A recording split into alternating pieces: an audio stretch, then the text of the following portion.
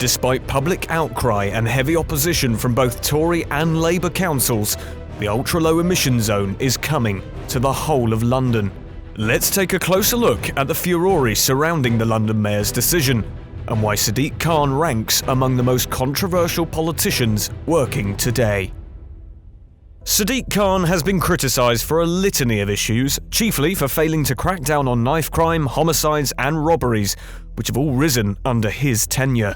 And while he has won praise from some camps for reducing the amount of polluting vehicles in central London, his critics have slammed his infatuation with woke politics and the green agenda, rather than focusing on soaring crime rates. But Khan is now facing huge backlash for his decision to expand the punitive ultra-low-emission zone to the whole of Greater London from the 29th of August 2023, which he claims will stop people breathing poison. It is disappointing that the mayor, backed by the leader of the opposition, is choosing not to listen to the public, expanding the zone against the overwhelming views of residents and businesses. I urge the mayor to properly reconsider and respond to these serious concerns. The ULEZ requires vehicles which don't meet its emission standards to pay a £12.50 daily charge to drive inside the zone. This means that everyone from tradesmen to parents doing the school run face hundreds of pounds a year in fees, so not ideal during a cost of living crisis.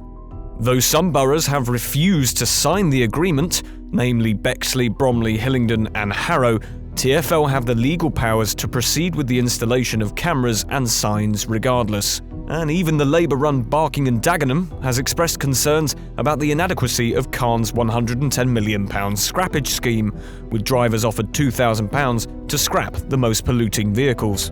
But although Khan pledged he wouldn't go ahead with the plans if it faced overwhelming opposition, it has since emerged that City Hall may have manipulated consultation responses to make them appear more favourable, something of which Khan himself was most likely aware.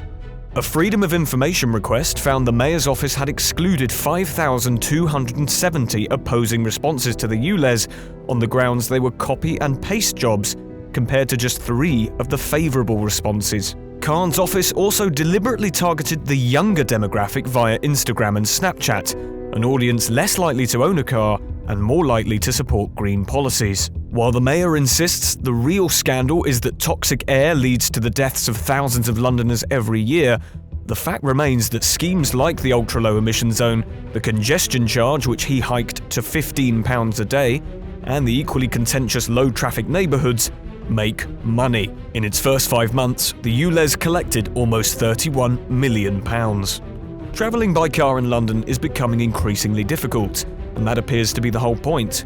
But with more forced to resort to trains and buses, they'll be doing so just in time for a 5.9% fare hike in March, not to mention that many outer London boroughs do not have adequate public transport links. So, is Sadiq Khan just doing the right thing to clean up London's air, or is the ULEZ just another cash cow that extorts motorists?